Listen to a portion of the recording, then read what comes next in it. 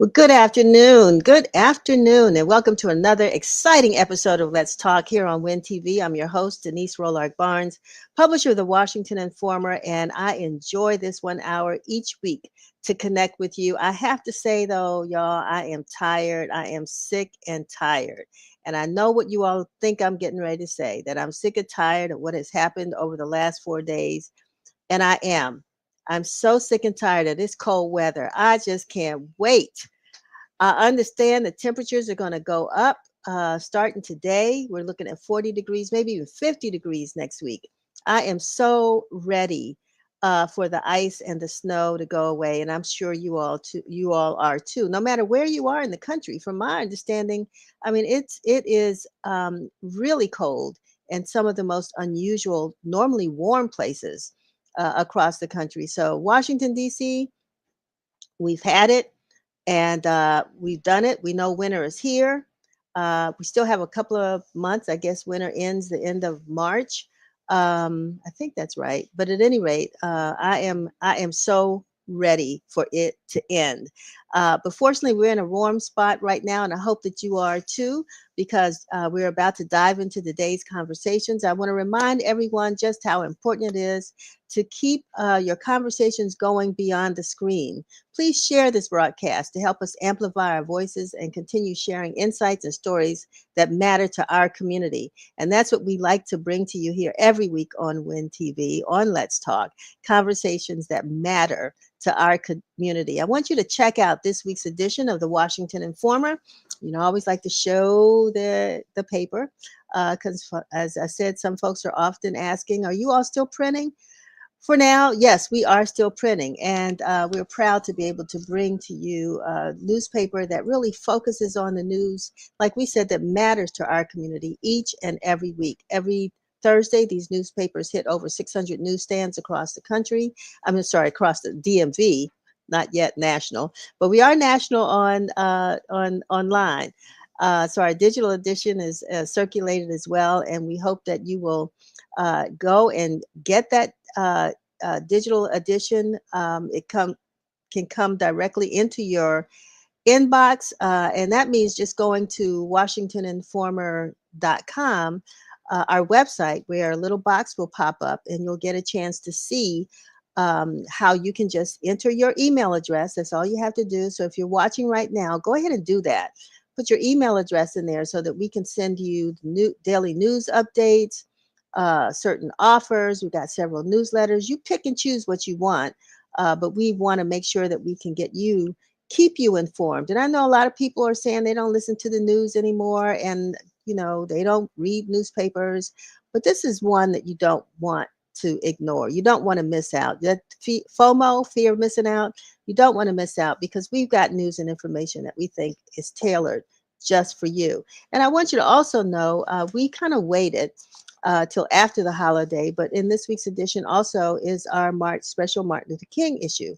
So check that out. We've got highlights not only from the MLK parade, but some great content there from folks around the DMV who are sharing what we try to say are some of the little known stories about how Washingtonians uh, reflected on Dr. King, ways in which they were involved with the civil rights movement, and ways that they continue to keep the legacy alive. So if you can't pick up a copy of the paper, remember to go to the website, WashingtonInformer.com, where you can get the whole issue there. And we want you to also be sure to follow us on social media for even more news, and share this broadcast on your social media channels. You can connect with us on platforms including Facebook, Instagram, Twitter, TikTok, Threads, Nextdoor, LinkedIn, and YouTube. Wherever you are, we are, and we want to make sure that we can reach you wherever you are. But most importantly, when you do see or sign in, share this information. Don't keep it to yourself. Share it with your friends and family. We appreciate it if you do. It certainly does help us out. So today we're unlocking the electrifying world of the Commanders, and Washington Informer sports writer Skylar Nelson and reporter Richard Elliott are going to give us some up to date. We got a lot to talk about here with the Commanders. We have a short segment, but a whole lot to talk about. Everybody's sitting on the edge of their seats. Ballou Senior High School, just across the street from us, is going to have a rally at 2 o'clock. We hope to get there because there are rallies going on all across the city. And so we're excited about that. And then after that, we're going to shift gears and venture into a realm of justice and advocacy with our special guest, Howard University law professor Justin Hansford.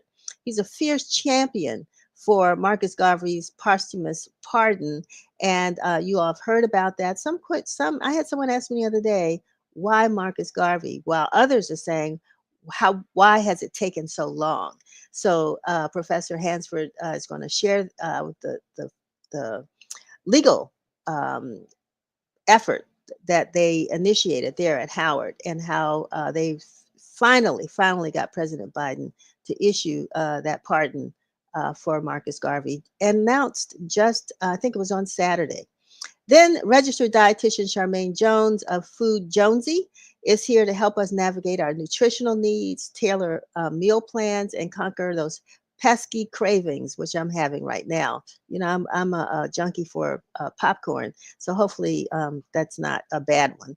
But she's also going to help us sift through some of the popular diets and how to make healthier food choices. And last but certainly not least, we'll embark on a theatrical journey with a conversation around the groundbreaking play coming to Washington, D.C., called Justice on Trial. Yes, we're going to talk to Chad Lawson Cooper, Ralph Lawrence, and Jeffrey Dubois Peck, who are going to share with us this play and why it's a must-see for everyone next week. We'll give some details on that. So sit back, and right after our weekly news broadcast by Curtis Knowles, we'll dive right in with Skylar and Richard. This is Win TV News, bringing you the news that matters. 4 years after the deadly January 6, 2021 Capitol insurrection, President Donald Trump, now officially back in the Oval Office, has signed a sweeping pardon for approximately 1,500 convicted rioters. On the first day of his second presidency, this unprecedented move, which included high-profile figures like former Proud Boys chairman Enrique Tarrio, ignited fierce backlash from law enforcement, victims' families, and political leaders. Trump has long referred to the January 6 rioters as, quote, hostages, framing their convictions as politically motivated. And speaking with NBC News, Trump characterized the pardons as, quote, a fun start to his second term. A popular taco restaurant that got its start on Route 1 in Prince George's County is now working to eat into the lunch debt that's secured in the county's public school system in recent years. Little Minor Taco opened its first restaurant in a food hall in Mount Rainier before moving to a standalone building in Brentwood and opening locations in Rockville and D.C. For years, the restaurant would give away kids' meals for free, but late last year, owner Kathy Voss decided to start charging $3 per kid's meal at the Brentwood location, with the proceeds being given to the Excellence in Education Foundation, a nonprofit organization that helps support the school system, including covering costs associated with school breakfasts and lunches. More than 60% of the county students are eligible for a free or reduced lunch, with Voss commenting saying, quote, we are a restaurant and our passion is feeding people, and we decided to feed the kids. Walk-in clinic chain Patient First will open its newest D.C. area location in Capitol Heights, Maryland on January 30th. It will be Patient First's fourth location in Prince George's County and its 22nd in the D.C. region.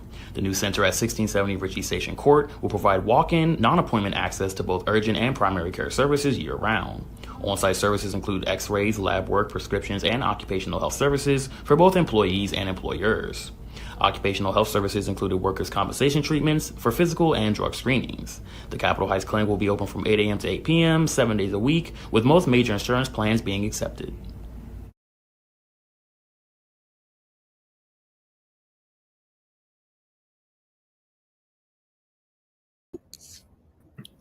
Hi. Hi, Skylar. Hi, audience. Tuning in to talk about what Skylar is probably going to predict as another Commanders victory. In the past two broadcasts where we were both participating, the Commanders beat the Bears and then the Lions. Both Skylar and I predicted there'd be a victory last week. Skylar, as the expert and the analyst on hand, whose performance most impressed you in the Commanders team during the game against the Lions? Who do you think really showed up and made the W happen? Yes, Richard. It was a huge game last week against the Lions. Well, first off, I want to say thank you for having me on Win TV this week. And I would say the performances, obviously, Jaden Daniels everybody's going to say that he had the best performance, but I do want to shout out rookie cornerback Mike Sainristil. He had a great performance, 2 interceptions, and the Lions made a lot of mistakes, and the Commanders capitalized on that. And one of the mistakes that they made was those interceptions. I think Mike Sainristil did a really great job of getting the team back on track with that and capitalizing on that. I also would like to give props to Dyami Brown. He has been exceptional in the postseason, and just to see him he was 6 of 8 on his passes for 98 yards, and to help the Commanders score, I think those need to be recognized. And I would say those are the 2 players that really stood out to me against the Lions. And we don't want to cast any negativity on the team, but in your opinion, what were some of the mistakes? The team won big, but what were some of the mistakes that you think can't be repeated if they're trying to beat the Eagles, particularly if they want to contain Saquon Barkley? Well, it's kind of hard to say because they didn't really make the mistakes that we've seen in the past against the Lions. I feel like the Lions made more mistakes than the Commanders, right? So I would say in this case, as we're speaking on the matchup this week against the Eagles, I would say that they need to make sure that the defense is tight. The Eagles are such a very talented team. They're fast. They're experienced in the postseason. They've been to the Super Bowl before. I think just being tight on defense and understanding that their defense at one point was the number 1 defense in the league in the beginning of the season. So just capitalizing on that and making sure that the defense is tight and that the offense, Cliff Kingsbury, strategizes and comes up with that plan. And, of course, we know that the Commanders are a 4th down team. They like to go for it on 4th down. I think just making sure that those smart decisions are made. And if we do go for it on 4th down, which I'm sure Dan Quinn will call, I just want them to make sure that the play is right. So that is one of the things that they will need to make sure is secure before they play the Eagles. So you've already given some props to the rookie, the quarterback. Jayden Daniels' rookie season for both personal statistics and for team metrics. I believe that in Tom Brady, Peyton Manning, Patrick Mahomes, and some other great quarterbacks' careers, they all combined for 2 games where there were no turnovers or punts. Jayden Daniels did it like 4 times this year. So he's in another stratosphere. How far do you think that Jayden Daniels can take this team beyond, possibly replicating Doug Williams, being a black quarterback to elevate this team to a championship? What else do you think that he can do for this franchise as now like a clear future leader and investment piece? He can take this franchise very far. He's now considered, if you go back to camp, everybody was like, who is this kid? And the thing about it is now he's proven himself. He's earned his stripes. And I think the biggest thing is now he is that franchise player. The Commanders have to pay him. And even though it's his first rookie year, he signed a rookie contract, he still has so much to bring to this team. He's still building that connection with his receivers. But as you can see against the Lions and as you saw against Atlanta and some of the other teams in Tampa Bay, his connection is now getting stronger. The coaches see that, fans see that, other teams see that, players see that. The connections that he has between Dyami Brown, Olamide Zaccheaus, Terry McLaurin, they're getting stronger. And I think he's a quarterback that not only can make sure that his receivers and tight ends get the ball, but he's also the quarterback that can run the ball. There's a lot of play situations that the coaches can come up with to execute a win or to execute that play stride moving forward. So he has a lot that's still keeping going, and he's been doing a great job of keeping himself healthy. As we've seen in the past, rookie quarterbacks that have his type of talent, like Lamar Jackson or Cam Newton, they've suffered from certain injuries in the past. And I think just seeing that and seeing how he takes care of himself, seeing that he's one of the first when I was at camp, I saw that he was one of the first players to step out on that field for practice. He's very eager. He's humble. He keeps his composure well. He has a lot to offer to this league, and he's going to go far. So it's a battle between 2 black quarterbacks for who will have the NFC berth in the Super Bowl. Jayden Daniels versus Jalen Hurts. What do you predict the final score will be? And then we're going to sign off. I think that the Commanders are going to win by 1 touchdown. I'll call it 24-17.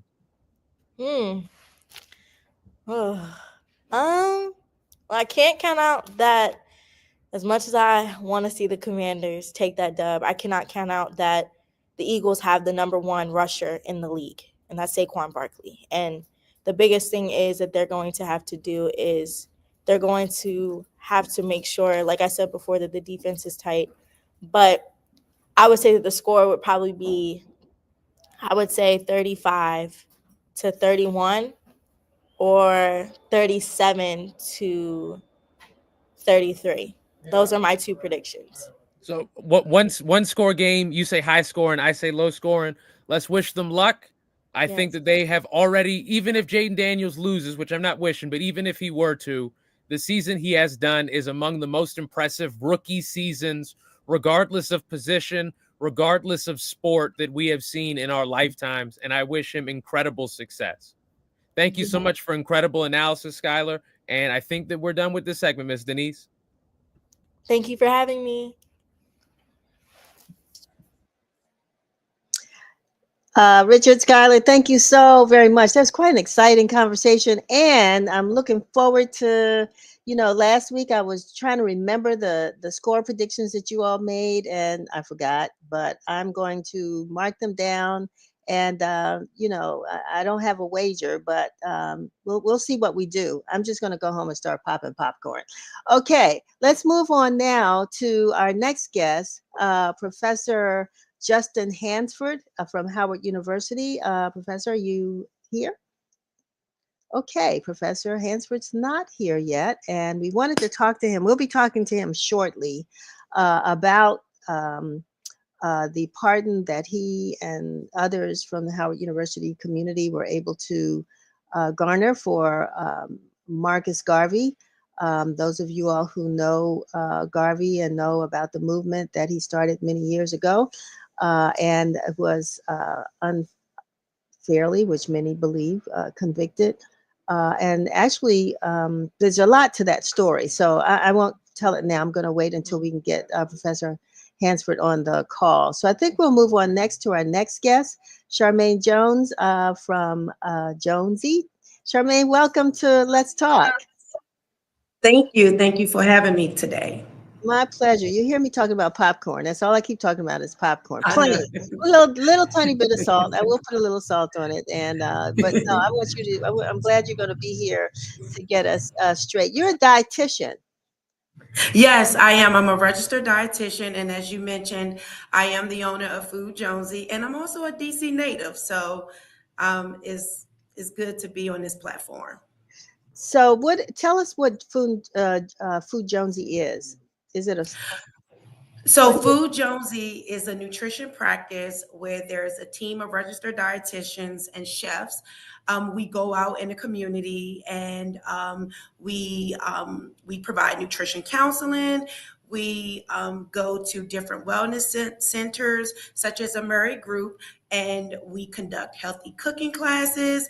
We do nutrition education workshops. So our main mission is to ensure that nutrition services is affordable and accessible to all individuals, regardless of their socioeconomic status.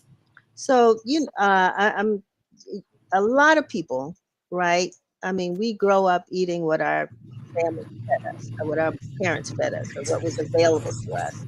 And a lot of times it's not until we reach a certain point in life where the doctors say, you've got a condition, whatever that condition might be, high blood pressure, diabetes, whatever. And that's when we recognize the fact that diets have to change. Is my, analysis of this correct? And then how do you get involved in our lives? How do we get you involved? So, the word diet, I want to, kind of clarify that term. In a textbook, right? Diets means eating, what you eat on a daily basis. However, today, diet can mean different things. It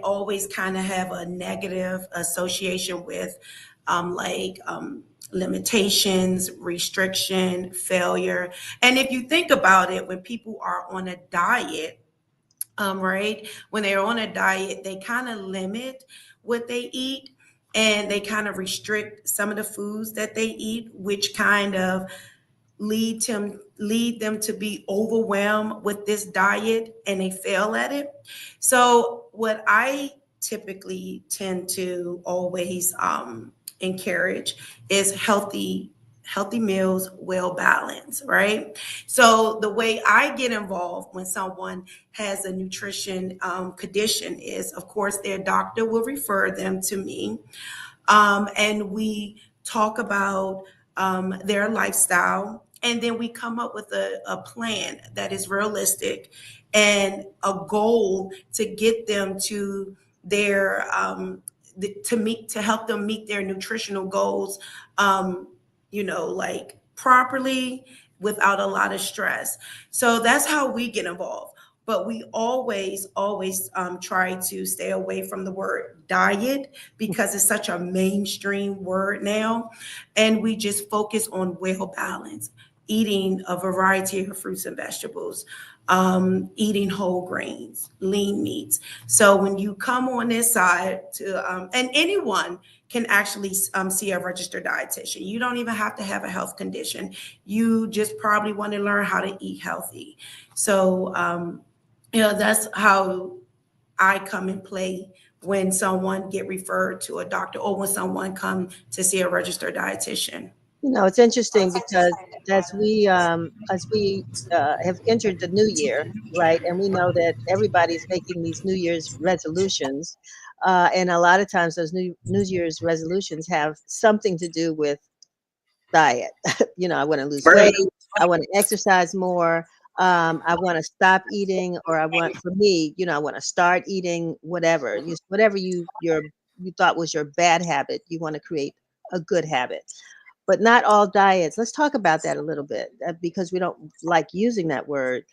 But there are different approaches that people take, nutritional approaches, but some are positive and some are not so positive. So talk about that. Yeah. So again, when the word diet is used, it's all diet tends to when someone goes on a diet, they tend to um they avoid a food group, right? There's 5 food groups. And when someone goes on a diet, they want to like either limit carbs, or stay away from their favorite sweets, or stay away from popcorn, because they think that that could possibly help them lose weight. Now, there are some specialized diets that are needed for certain individuals who have a health chronic condition, but that's on a case by case basis. But for the general population, we always encourage people to stay away from dieting, because they sometimes don't work. And again, people get so frustrated with diets where they start doing this thing, what we call yo-yo dieting. They go back and forth. 1 minute they on a diet, the next minute they're eating this way. And that can be dangerous to the body, because one, you're becoming nutrition. You may lose nutrients. You are you sending your body through this unnecessary thing that kind of causing all of this chaos.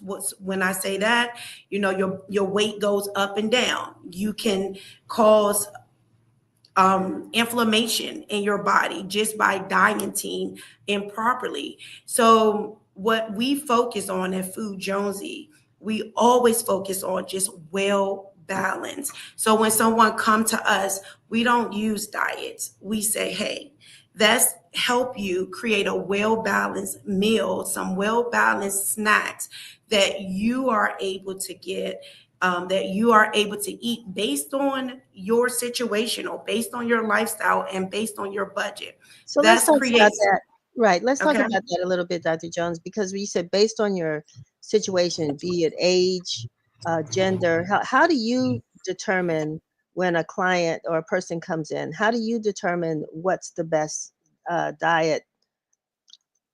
What are the best healthy choices of meals that that person should have? How do you make that assessment?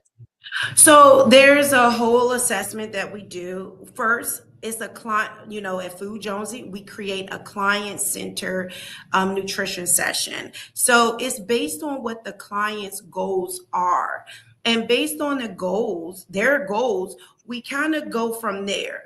As you know, my job is to make sure that those goals are realistic. So if someone is referred to me by their doctor and they have a health condition, then we can kind of assess that differently.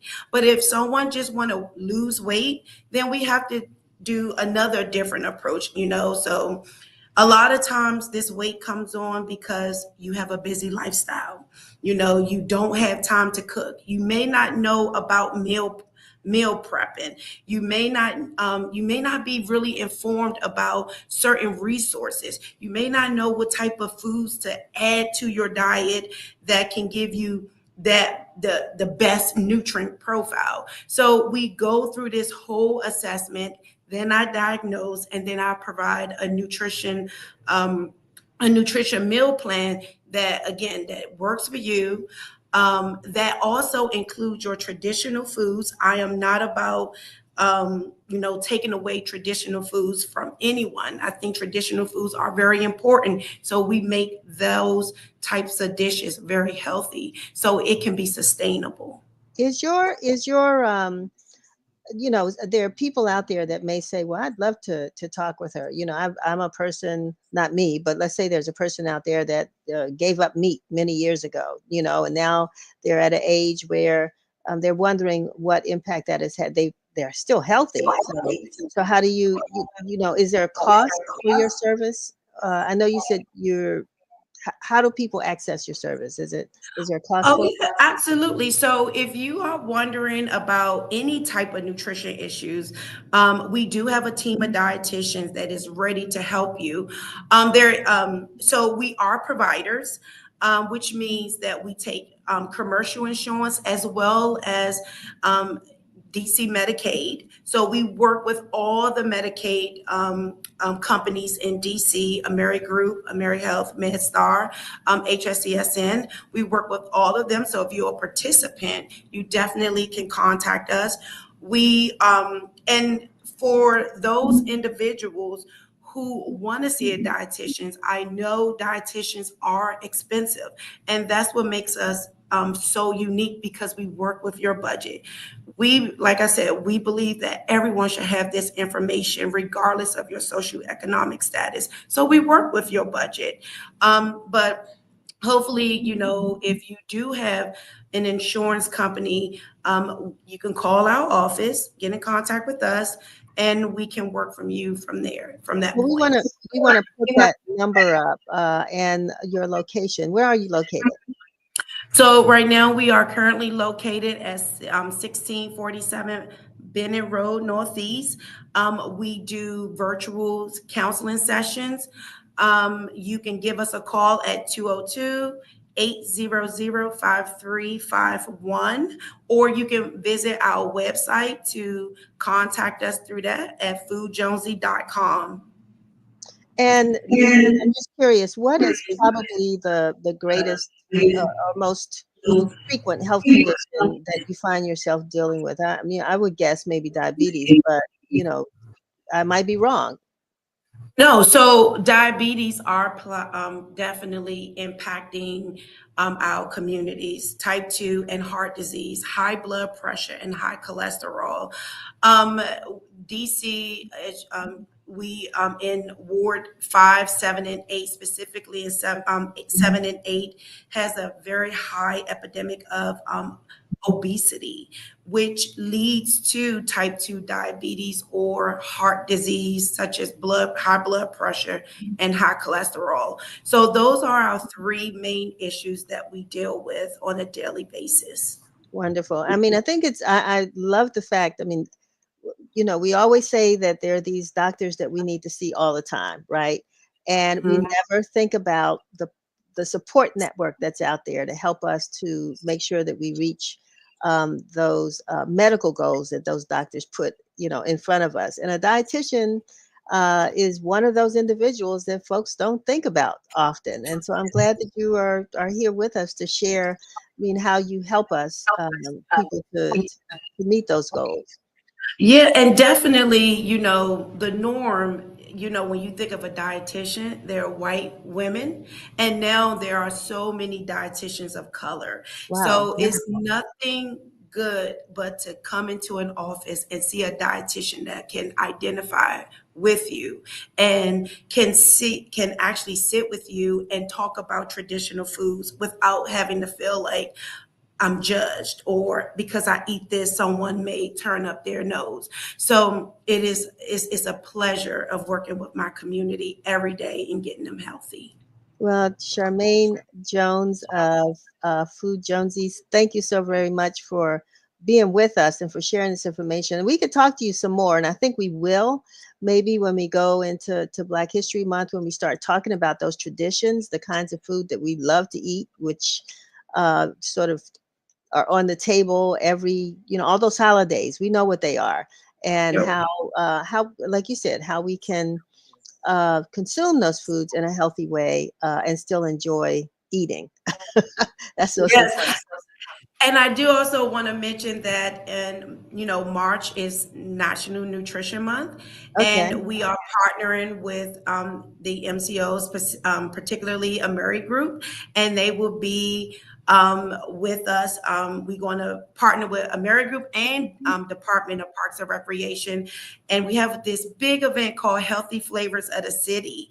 And Healthy Flavors of the City, we we partner with local chefs, and they come and they prepare different cuisines and let the community taste it. And the trick is they cannot use salt. So that is an exciting event.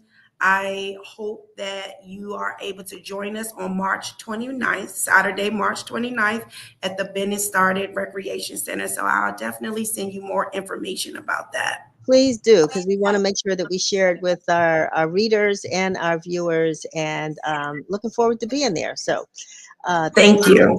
Okie doke. Have a great day. You too. Have a good one. All righty. Thank you.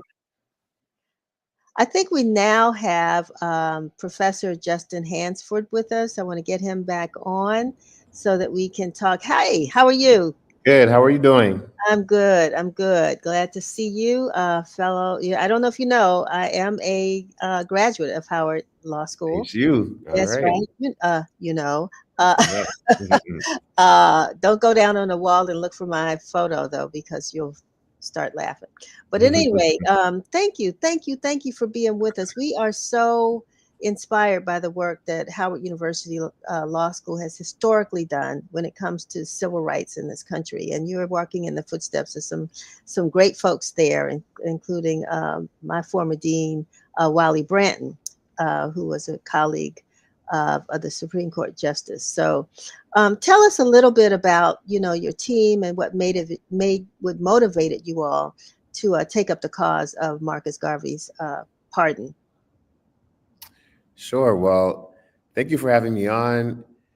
Like you said, I'm a professor at Howard University, and we have something there called the Thurgood Marshall Civil Rights Center at Howard University. And it's really the major platform for civil and human rights advocacy coming out of the law school, teaching the law school.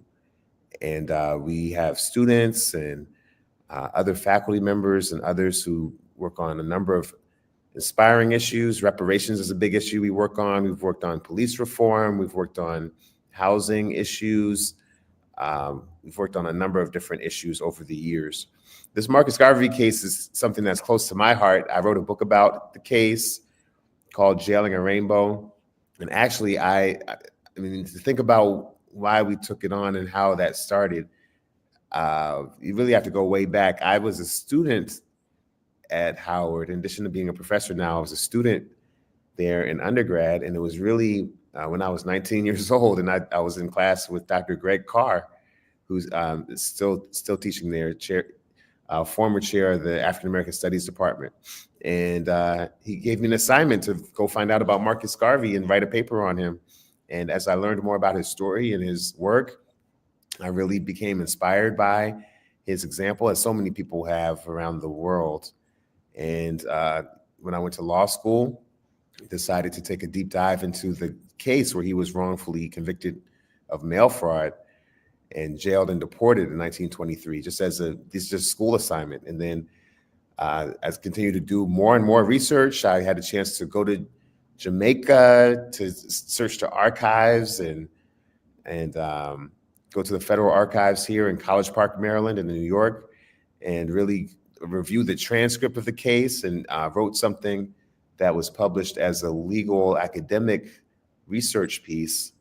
And it found its way into the hands of a member of the UNIA, Marcus Garvey's organization. Some people are still supporters of that organization. And he said that they were trying to posthumously exonerate Marcus Garvey, and the effort was being led by Garvey's son, who was still alive, Dr. Julius Garvey. So I just happened to talk to him a few minutes ago. Oh, wow. Hopefully trying to get him, see if there was by chance an opportunity to have him on with you, but he's in Jamaica on his way back to the US. So, but we'll get him on at another time. But before you go on, Professor Hansford, I mean, talk a little bit about the impact that Garvey had during his lifetime. I mean, the Black Star Line, like you said, UNIA. I mean, this was no fly-by-night, person. This is guy who started a movement in the United States, of course, that, the federal government decided needed to end. Yeah, at its height, his organization had 6 million members, which is still the largest organization of Black people ever to exist in the world unto today. He was definitely the most famous Black man in the world at the time.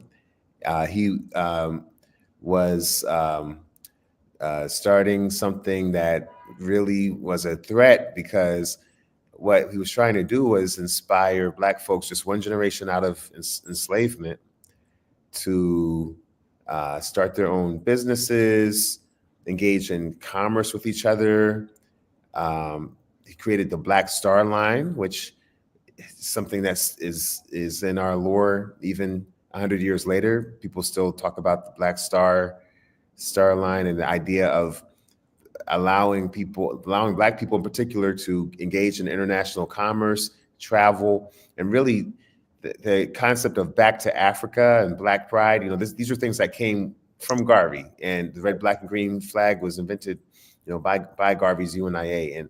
And again, it wasn't just about traveling physically back to Africa, but spiritually, emotionally, allowing people to be connected to their roots and work on their struggles for liberation from a global perspective, and fight against colonialism. Really one of the first global anti-colonial leaders at a time when most countries in Africa were under colonial rule outside of Ethiopia. Garvey really spoke to the hopes of millions, tens of millions, hundreds of millions of people who weren't even in, if only 6 million were in the organization. I can't tell you how many people were impacted by the legacy and the ideas that Garvey's put out into the universe. I mean, Martin Luther King speaks about Garvey's influence on him. Of course, we know Malcolm X's parents were both members of Garvey's organization and actually were leaders in Garvey's organization.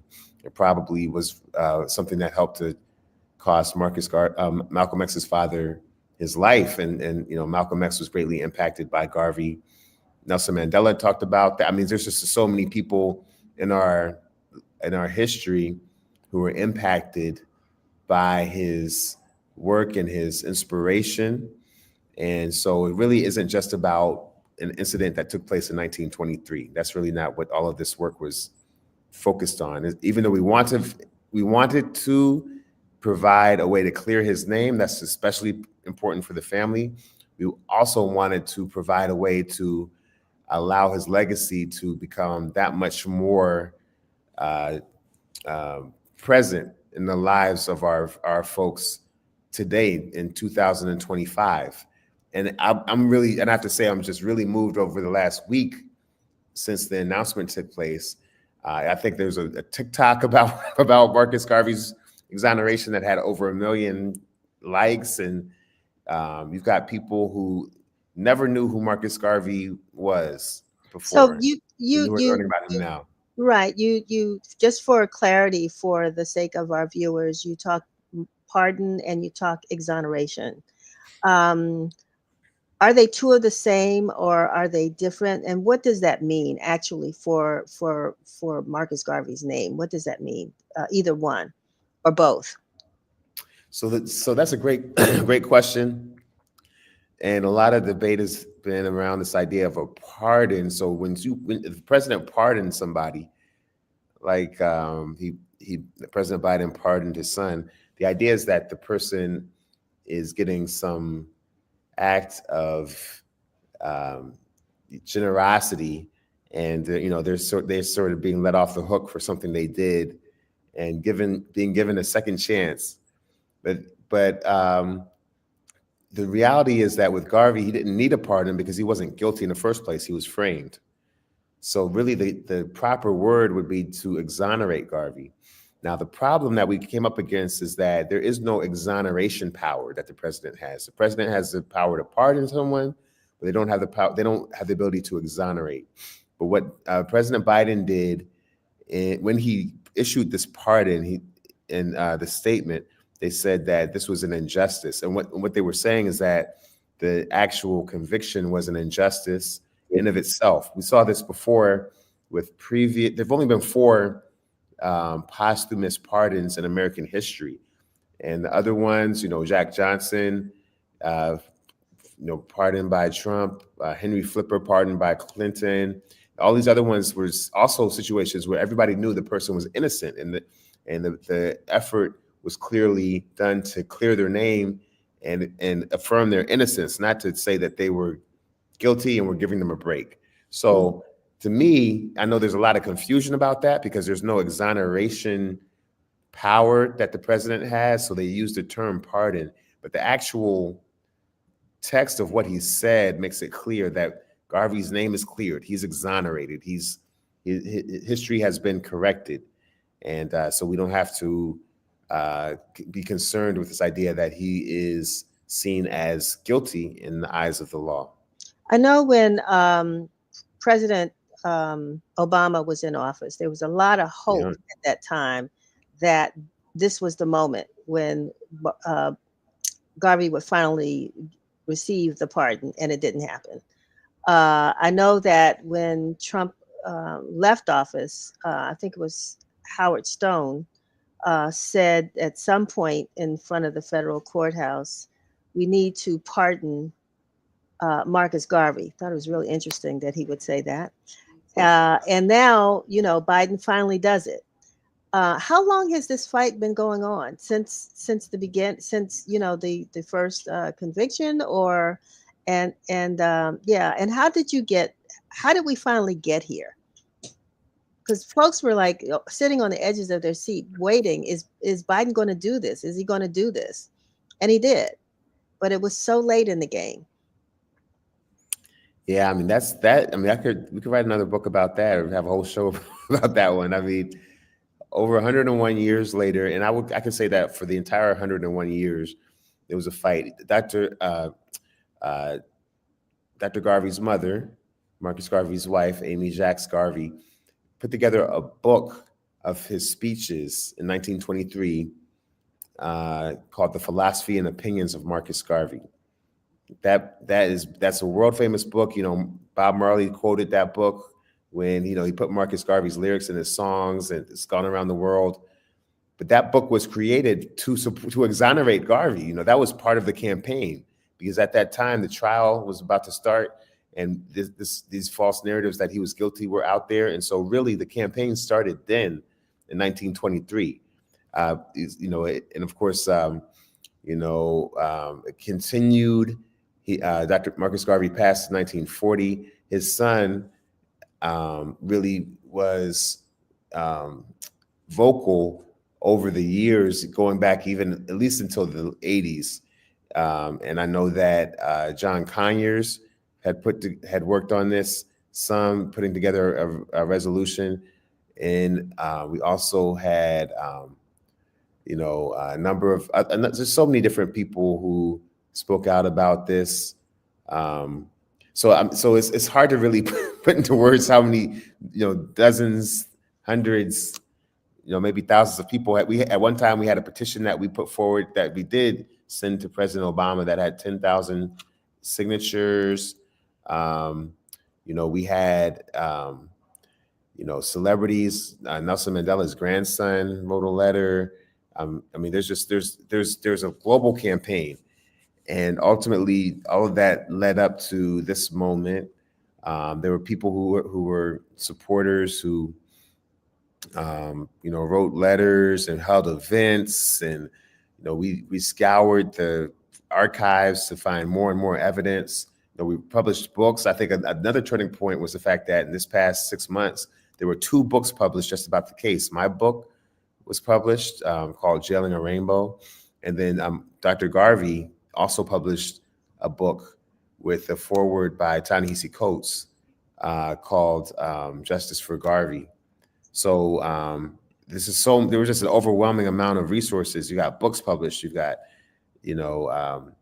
people around the world chiming in, heads of state. I believe that the Prime Minister of Jamaica at one point reached out and talked about how important it was for them, because Marcus Garvey's face is on their $50 note. He's a national hero there. Yeah. So there's just so much. There's so much we could talk about in terms of that campaign. One day we're gonna have to sit down and really just make a record of all of the different things that went on in the last 101 years. Would love to hear get that. This justice. And I want to correct myself. I said Howard Stone. I meant to say Roger Stone. Roger Stone, right. Right, exactly. And this is your book. We just wanted to post that so that folks could see the book that you just recently published. Yeah, only $7 online if you want to buy a copy. So. All right. Well, let's hope folks will, because if you don't know who Marcus Garvey was, it's no problem or starting from here and then going backwards, but it's quite a story, and again, a piece of Black history that a lot of folks don't know about,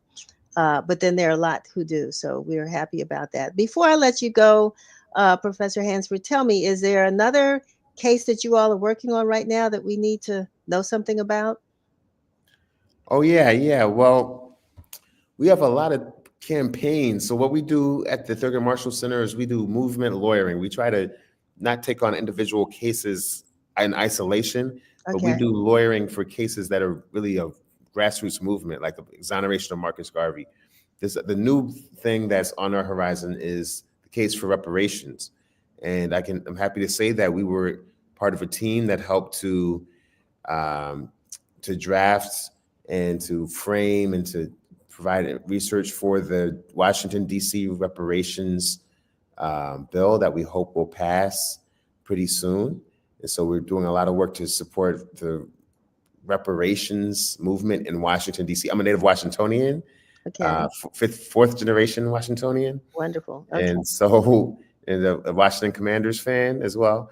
So I'm very passionate about seeing justice take place for all the things that happened in Washington, D.C. over the years. So that's one of our big campaign. Another big campaign we're doing is trying to support justice around housing conditions in D.C. Because there are a lot of housing developments where landlords are being slow to provide upgrades and even basic repairs for especially low-income housing, and people are really quick to try to sell off that low-income housing and try to flip it to high-cost housing. So we're trying to push to get a law passed that would make landlords more accountable and keep them from being able to sell their properties if their properties are in violation of housing code standards. Well, so we have the local campaigns that we're working on. Right. That is good news. I know that you all are busy over there at Howard. I certainly am happy about hearing about the Thurgood Marshall Center, what you all are doing there. And we certainly want to have you back on to see kind of what kind of progress you are making in some other areas. So I thank you for joining us. I thank you for all the hard work that you all put into this. I'm being unbiased here because I was one of those that also hoped that Marcus Garvey would get his pardon. And I Sure. want to thank you and the students there and all the professors who really helped to make this happen. So thanks for joining us. Take care. All right. You too.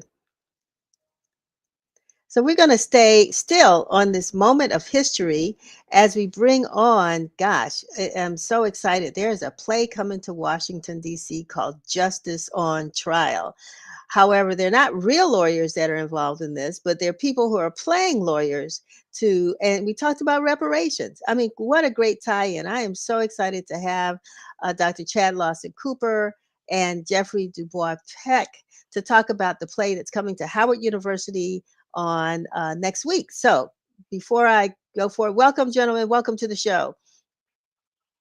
Thank you. Thank you for having us. Thank you so much Sure. for having us. Our pleasure. Our pleasure. Dr. Cooper, I'm going to start with you.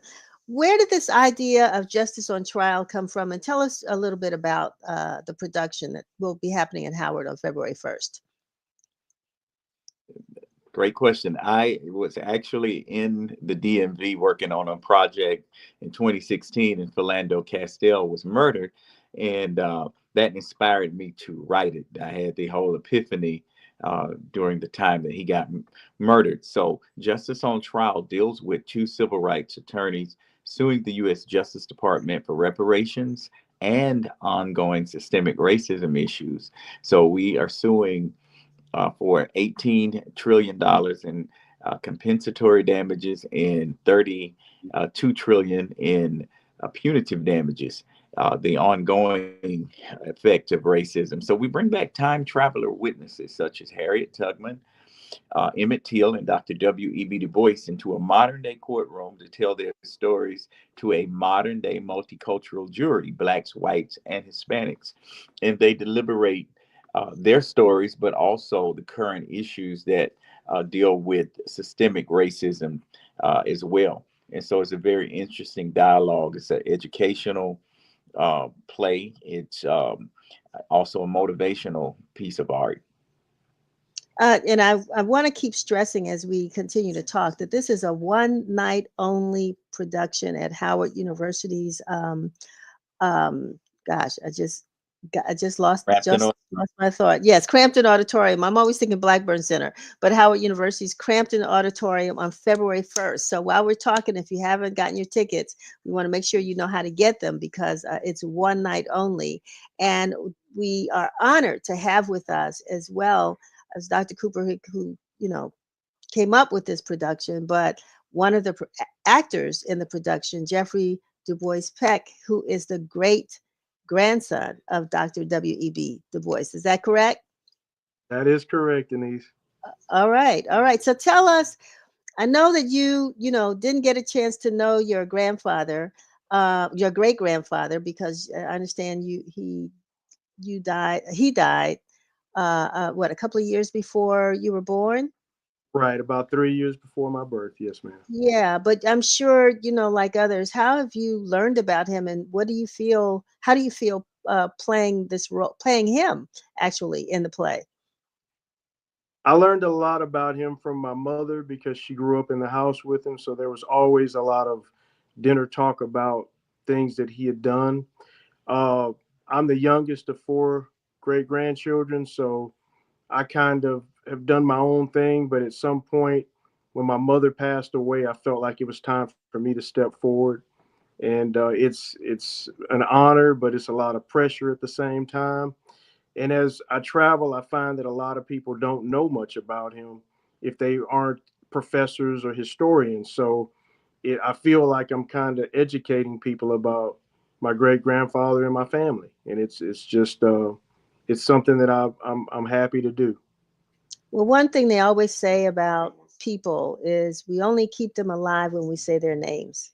And we have to constantly say their names. And that's why I like Justice on Trial, because you're saying the names of some real icons in Black history, Dr. Cooper. And so how did you select? Because there's so many people that you could have had featured in this play. How did you settle on the three that you settled on? Well, it was actually, I feel, an epiphany from God the day that I came up with the whole idea, Harriet Tubman came to Oh, did we lose them? Did we lose them? I hope not. Maybe it's been the connection. Okay, they're back. Are you back? any sound. Yes, you're back. Okay. Can you hear me? All right. We're having a little technical difficulty here. And so hopefully they'll be able to get back with us in a couple of minutes. But this play, I think, is a true inspiration. Like I said, it's going to be at Howard University on February 1st, Justice on Trial. And the whole idea, from my understanding, is that they're going to talk about, I think, the why reparations is important, what African Americans have gone through since being brought to this country. We keep saying 400 years ago, but it's been longer than that now. And all of the, I think, crises that our community has gone through based simply on the color of our skin, and how this whole history is being brought on trial with this multicultural jury and a judge. I think they have a couple of lawyers that are actually uh, playing roles. Dr. Cooper is playing an attorney. And you all may know Harry Kendricks, who is, do I have the name correct, Sherry? Lennix, Harry Lennix. And it's funny, I get a name wrong, and he's one of my favorite actors. But he's also performing in the play. And are you there? Can you hear me? Yes. Okay, Yes. good, good. So pick up where you left off, because I wanted to know why you picked those three: Harriet Tubman, W.D.B. Du Bois, and Well, others. Harriet Tubman came to mind as a person that would represent slavery in terms of being probably one of the most famous slaves to escape and help others to escape to freedom. Emmett Till, to me, represented every Trayvon Martin or George Floyd. It's a case that's never been settled. And then Dr. W.E.B. Du Bois represents the socioeconomics piece of it, in terms of his writings and his research. When you look at the Philadelphia Negroids, he knocked on over 5,000 doors and proved uh, that reparations was a necessity if we were going to make this an even playing field. So those, came up in terms of just representing typology of persons. Is, as you said, it's just a macrocosm of the millions of people that I'm sure we could have selected. So that's how those three came up. I know this play's been traveling around the country, and Washington D.C. is one of the stops. Fortunately, that you're making. How has the reception been in some of the other places where it's been performed? Well, of course, we did it in New York for 2 years. We're the only Black-owned theater and film company in Times Square. We have actually three locations in New York. Two are in Times Square, and we ran it 2 years off Broadway in New York, and then we took it on tour the end of 2018, and it's been standing room only across the country. When we went to the South the first time, to Birmingham, Alabama, we saw audiences as big as 4,000 people, and so it's been an amazing response, because it's a much needed production. I would call it edutainment. Now that we are where we are in this, and I don't want to talk too much politics, but where we are politically, we're in a different environment. And so, how do you feel audiences will receive this now? And have you gotten any, I mean, places where there may have been demonstrations or something, folks outside, I don't know, We where the reception hasn't been that great? Well, the very first show that we did was in Charlottesville, Virginia, and that was right after the riot Mm. happened there, and there were talks of people, from the Proud Boys and different ones coming to picket, but it never happened to my knowledge. So it's really, we've been fortunate that hasn't happened yet. Let's keep our fingers crossed. I happen to have been in DC on Monday trying to get out of DC and get back to New York, and there was so many Trump followers that it was overwhelming. I was like, oh my God, let me get back home.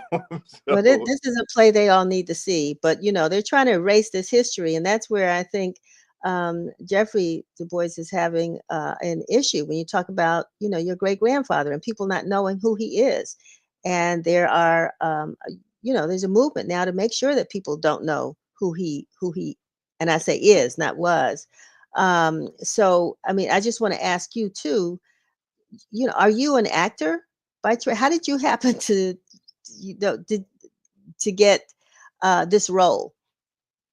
Well, after I buried my mother, my pastor had a sitcom where we talked about Dr. Du Bois, and we had several people from Houston's city council and many of these senators and Sheila Jackson Lee, just several people from the Houston area that wanted to talk about Du Bois and his effect on not only the past, but his predictions of the future. And a lot of things we're seeing right now, he predicted. I believe that, it's important we keep our Black history alive, and that we basically say that without Black history, there'd be no American history. And Du Bois believed that strongly. We built the country. So the pastor introduced us. And so, yes, the pastor of our church, of my church, introduced me to Dr. Cooper, and then we started talking about this production. And he asked if I had ever done any acting, and I hadn't necessarily done any acting. I've been on TV, but not as an actor. I was talking for a motorcycle company, Kawasaki. So I felt like maybe there was something in my genes from my grandmother and my great grandmother that maybe could come out, because they did do some plays in their day. All right. In well, Du Bois. Go ahead, Dr. Du Bois did write some plays. I say Du Bois playwright as well, and so it just made sense in terms of just being in the industry. You learn how to cast as well, and say, well, who would be a better Du Bois than Jeffrey Du Bois Peck, because he embodies his grandfather's spirit, or channels his spirit. So it's very very effective. So before we go, Dr. Cooper, can you share with us? I mean, this is not your first, play, right? Your first production, I don't believe. But tell us about a little bit about your background and actually how you got into theater and opening up that theater company in New York. Well, I'm a FAMU alum, of course, and a brother to Howard. And, all right, we'll take it. My area of study, of course, was philosophy and religion, and for my undergrad, and then, of course, I went on to my graduate degree is also in religious studies.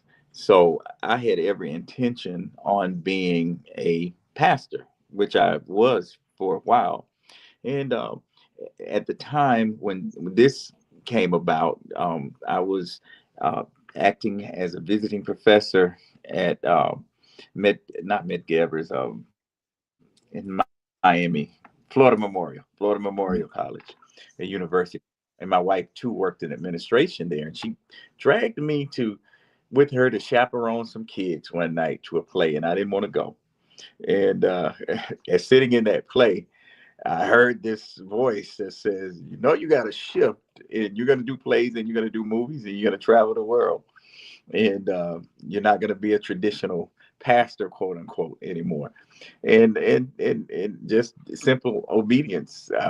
We ended up shifting within a year, and we wrote our first play, which was Church Mess, which could still be very popular today. Oh, And yes. Oh, yeah. We toured in over 180 cities with that play. Wow. And then from there, we wrote Family Mess. And from Family Mess, we my next play was Justice on Trial. My wife and I wrote those first two together, and then Justice on Trial came about, which was a whole nother dimension. And then from Justice on Trial, we have Descendant Speaks, which embodies the Du Bois story and Harriet Tubman's story to a grand jury, and all of the participants are the descendants, actual descendants, Wow. direct descendants of them. Her nephew, in fact, will be at great grandnephew will be at the play. He's a Howard alum, Okay. celebrated medical doctor, and studied under a Dr. LaSalle Stallworth, which is from my hometown. So getting into the industry and being able to maintain a place in the industry and build a fan base across the country has been a blessing over 20 years now of being in the industry. So when we moved to New York, after having toured across the country, it was like, well, where else to go but to the theater district and to Broadway. I didn't want no office in the cut nowhere Yeah. in the Bronx. And so that's just kind of how I started off there. And we've been able to maintain that and still keep the relationships that we have across the country. And we do a plethora of movies as well. And Hanging Wonderful. with Mr. Cooper, the reality show, now Right. focuses in on a lot of social justice. And Ralph Carter from Good Times is also in the production. Now, Harry is not Oh, actually wow. acting in the. He's just a senior producer and one of my very best friends. Right. Well, we remember Ralph Carter, from Good Times. He was always the philosopher on that show as well. So, Like exactly, he's exactly. I wanna thank both of you all for being with us today. I'm really looking forward to the production next week. I know that you're going to be giving out some awards as well, and so it's going to be quite an evening of entertainment, history, um, little focus on politics, and honoring people in the community. So, thank you so very much for being with us. Thank you for having us, and thank you for allowing us to honor you, because you were one of those honorees, and keeping the legacy of your father and the work that you're doing is absolutely amazing. So we're happy to be able to be able to do that and come together. Appreciate it. Thank you. I feel honored to be honored, but I really feel honored to see the play. So to see this production. So I'm hoping I can get there, and looking forward to um, meeting you too, Mr. Jeffrey Dubois. Dubois. Right. Okay. Thank you so much. You all have a great day. I know you've got a lot of traveling under your belt, so stay healthy. And Thank we'll see you here next week on February 1st, Howard University, Crampton Auditorium at you. 6 o'clock. 6 o'clock. All That's righty. it. All Okay. right. Thanks much. All righty. So, you all, that brings us to the end of another edition of Let's Talk. I think we brought some good information to you today. I hope you've enjoyed the program. I hope that you will take advantage of some of the opportunities that we presented, especially going to the play at Howard, Justice on Trial. I think it's going to be a great production. Check out the dietitian. Make sure that we're going to eat healthy this year. Thank the folks at Howard University, and watch those Commanders on Sunday. Sunday. It's going to be a great, great weekend. All right, you all, take care, and we will see you next week.